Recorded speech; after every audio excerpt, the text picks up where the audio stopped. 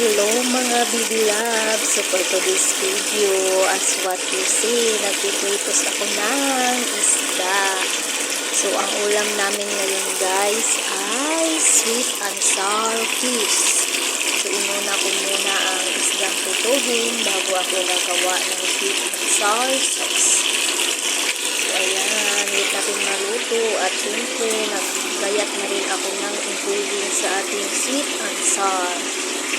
So, wag niyong gayahin itong video na to guys kasi hindi po kompleto ang aking ingredients kasi naubusan kami ng carrot at bell pepper. So, masarap talaga ang sweet and sour or escabeche pag may carrot and bell pepper.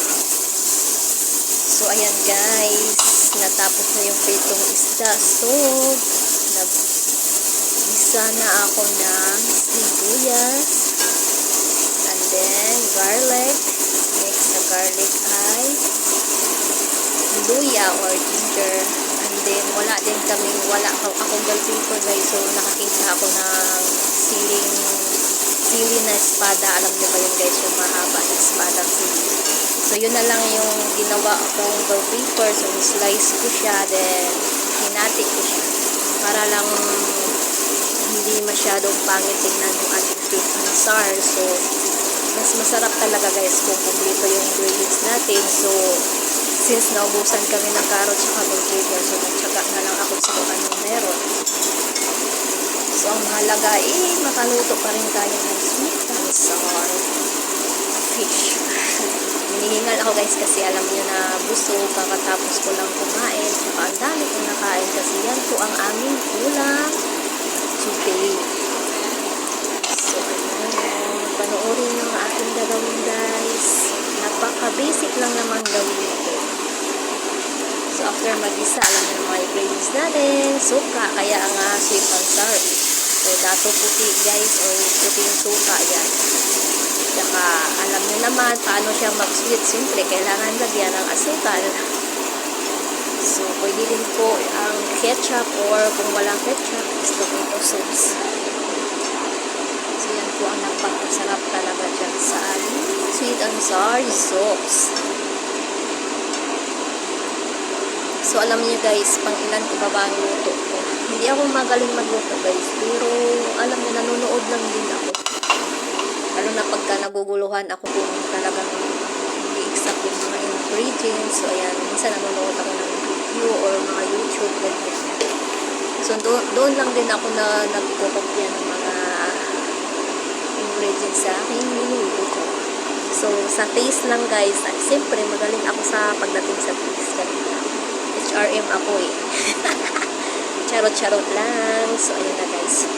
Kahit naman sino magaling magluto basta talagang ano mo yung pagluluto, linya mo yung pagluluto. Talagang matututo ka. So, ayun, naisipon na naman ako guys. Naiinis na ako sa sipon na to. Talagang iwan ko, hindi na to nawawala-wala.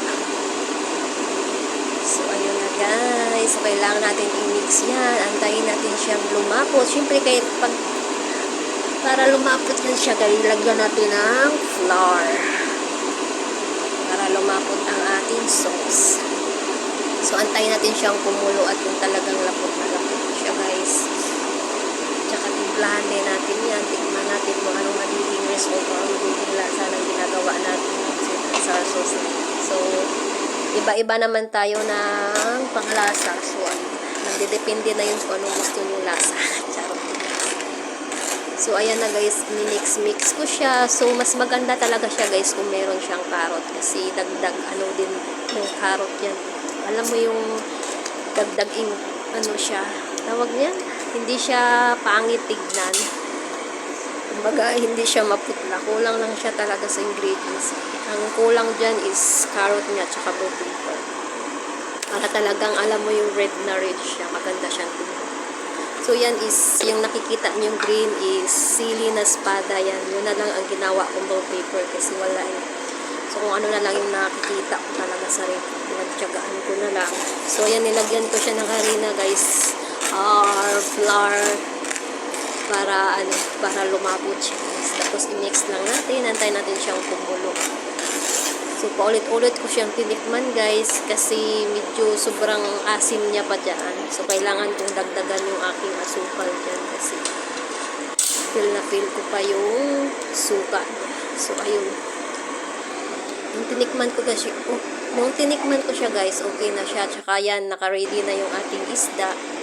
So, ilalagay na lang natin yung sauce sa ibabaw. So, medyo sa dami ng sauce yan guys, hindi ko na-control. Ayan, punong-puno siya, muntik ng matapon. Talagang umapaw sa lagayan. So, ayan na guys, ready to serve na siya. So, ayun, gutom na naman si Dami. So, kahit walang carrot at mga paper, pero okay na rin. Nagawa rin natin ang escabeche or sweet and sour. So, ayun na guys. Sana ay magustuhan nyo ang ating video ngayon at ang ating sweet and sour fish. So, diba guys, napakadali lang gawin. So, gawin nyo na rin guys.